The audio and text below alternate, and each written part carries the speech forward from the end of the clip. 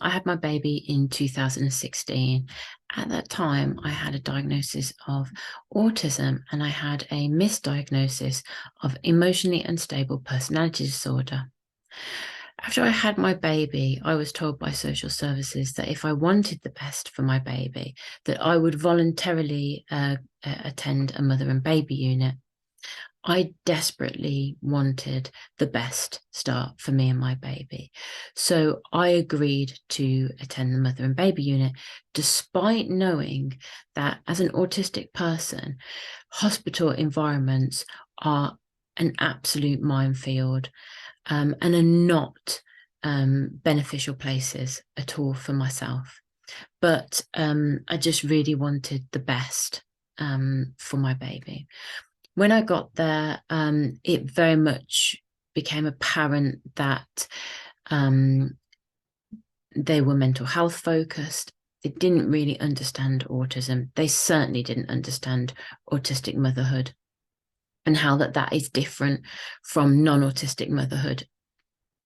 Although in total, I was at two different mother and baby units in different parts of the UK. The first mother and baby unit, they had more of an insight into autism than the second mother and baby unit, but there was still a significant lack of understanding. So that was very challenging.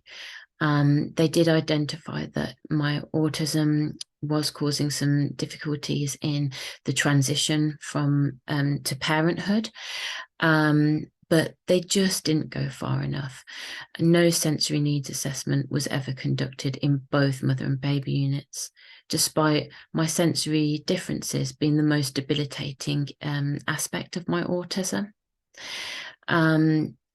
They did not consider the sensory impact of breastfeeding, the social impact of being in a unit full of other people,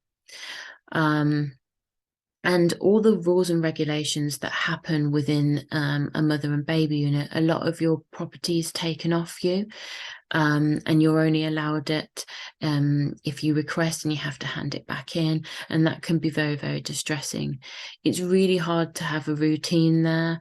And there is an incredibly high staff turnover.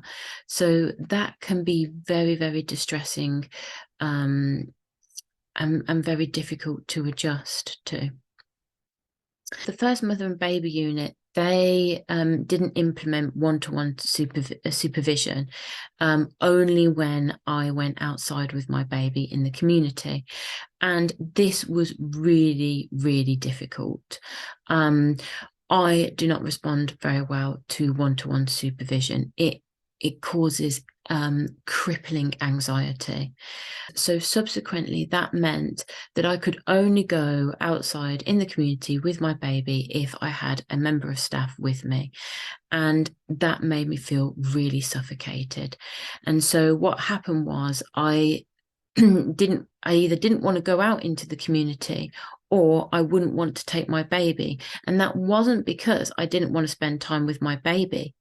I didn't want to spend time with the professional. I didn't want a professional following me. It made me anxious and it made it impossible to function.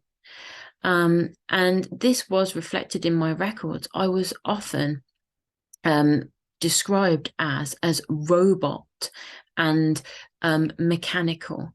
And yet none of the professionals at the time considered, is our approach causing detriment?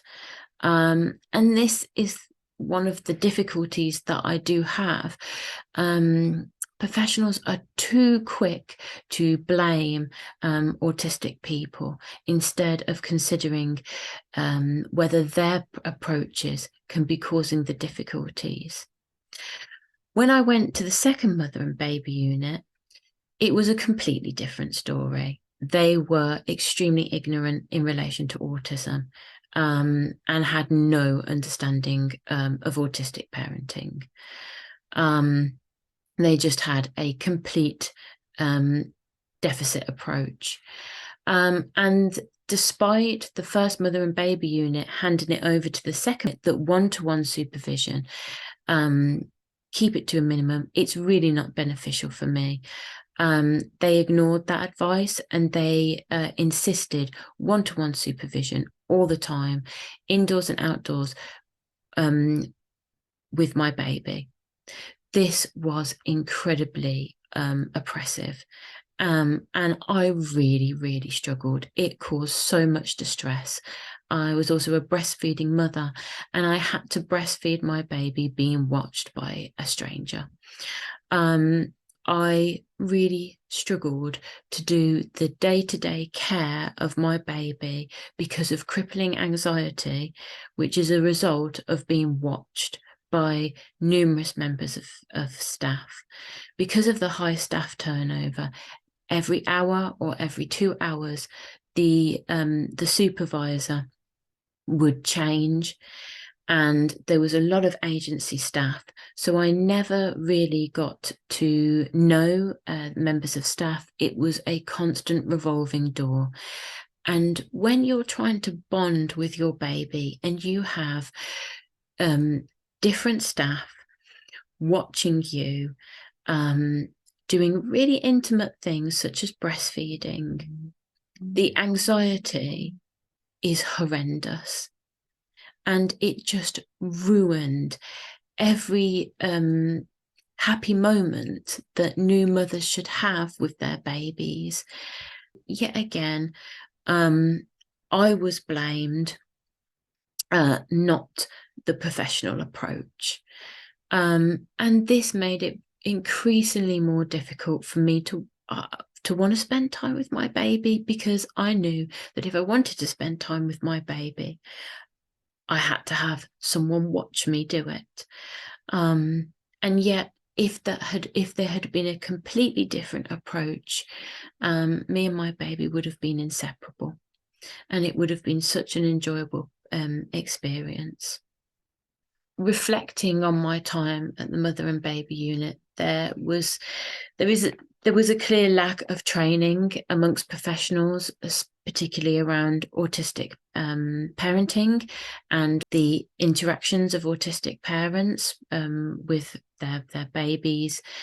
And I was constantly judged as a non-autistic parent. Assumptions were made about me with catastrophic consequences, and that has caused lifelong damage for myself and my daughter.